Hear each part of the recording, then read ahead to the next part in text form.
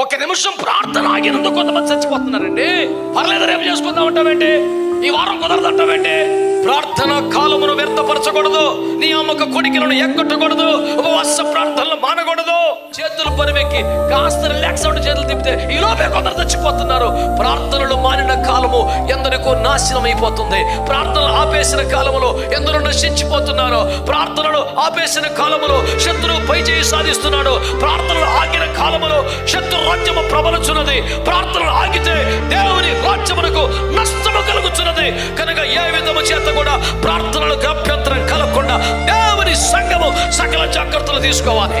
దేవుని ఆత్మ సహాయం తీసుకోండి.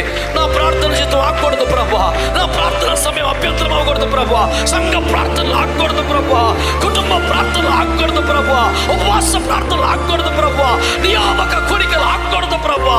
ప్రార్థన ఆగితే నష్టం అదే.